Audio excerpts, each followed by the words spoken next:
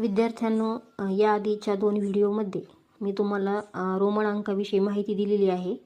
आता ह्या व्हिडिओमध्ये आपण पहा एकीकडे रोमन अंक घेतलेले आहेत आणि त्याला इंग्रजीमध्ये कोणते अंक वापरतात ते आता आपण पाहूया।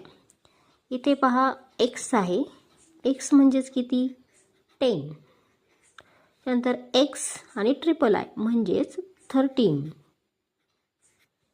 x म्हणजेच 19, L म्हणजे 50, XL 40, LX 60, C म्हणजेच 100।